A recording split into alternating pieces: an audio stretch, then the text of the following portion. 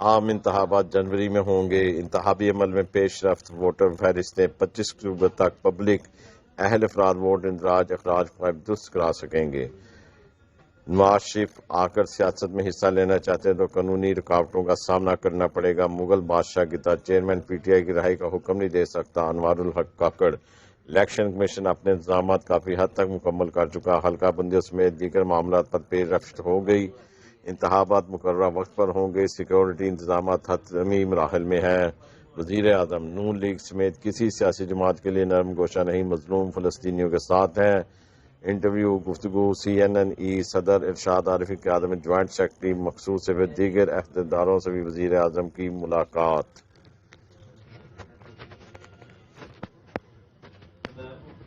World bank سے قرض لے کر پنجاب کا اربن لینڈ ریکارڈ ڈیجیٹائز کرنے کا منصوبہ۔ وفاقی حکومت کے پنجاب کے شہری land record management information system کے منصوبے میں ترمیم کی ہدایت۔ سینٹرل ترقیاتی ورکنگ پارٹی اجلاس کو $65 بلین منصوبے پر بریفنگ۔ دیہات کا 92% ریکارڈ حصہ ڈیجیٹائز ہو چکا۔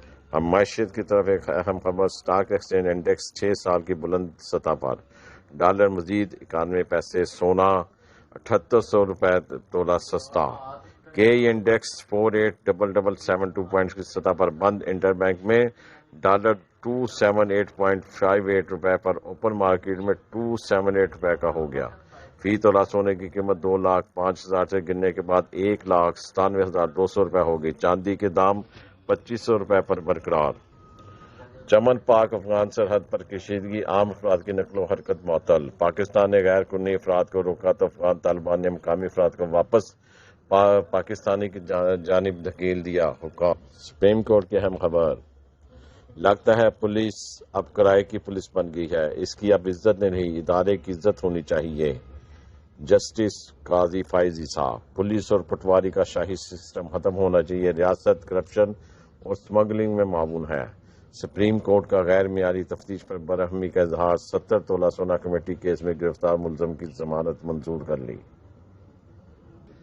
سعودی عرب میں 12,000 افغان شہریوں سے پاکستانی پاسپورٹ برآمد، تحقیقات شروع۔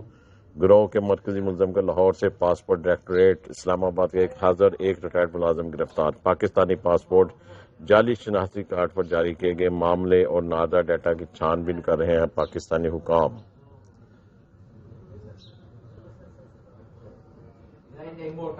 چیئرمین پی ٹی آئی کی سیکورٹی سپرنٹینڈنٹ اڈیالہ جیل سے رپورٹ طلب، ملزم کو عدالت پیش کرنا پولیس کی ذمہ داری، ریاست جیل سے عدالت لانے کے انتظامات دیکھے۔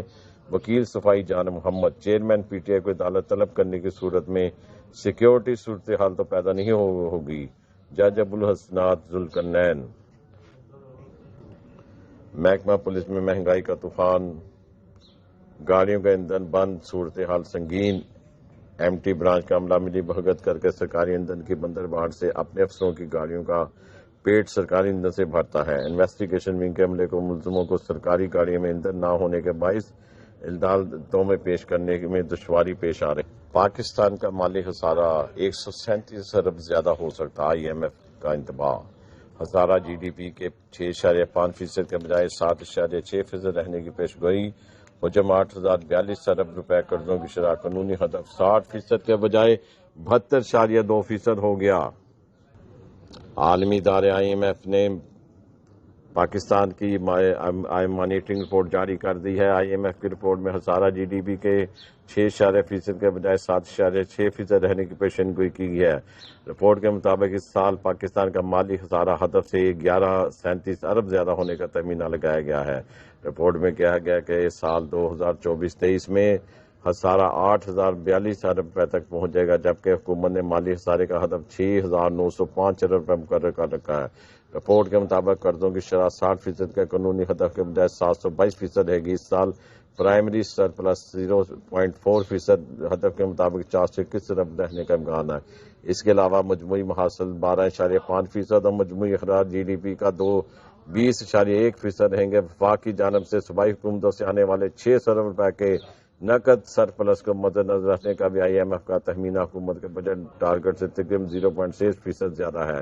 وفاق نے رواں سال کے لیے مجموعی مالیاتی خسارے کا تخمینہ اس توقع پر 69 کھرب روپے جی ڈی پی کا 5% لگایا تھا کہ صوبے وفاقی خسارے کو کم کرنے کے لیے 600 ارب روپے اضافی دیں گے، بصورت کہ رزق کا تخمینہ 75 کروڑ روپے یا جی ڈی پی کا 7.1% لگایا گیا۔ آئی ایم ایف کے اس وقت کے حکام کے ساتھ اپنے معاہدے کی بنیاد پر مالیاتی خسارے کے لیے جولائی میں کیے گئے اپنے پہلے تخمینے پر قائم ہے، جو آئندہ سال مارچ میں ختم ہونے والے 9 مہینوں کے لیے $3 ارب اسٹینڈ بائی ارینجمنٹ کا حصہ ہے۔ گزشتہ روز مراکش میں جاری آئی ایم ایف اور ورلڈ بینک کے سالانہ اجلاسوں کے حصے کے طور پر اس کا مالیاتی مانیٹر جاری کیا گیا۔ آئی ایم ایف نے مالیاتی خسارے مالی سال 2025 میں جی ڈی پی کے 6.9%، مالی سال 2025 میں 5.4%، مالی سال 2027 کے 4.4% اور مالی سال 2028 میں 4.4% تک کمی کی پیشن گوئی کی ہے۔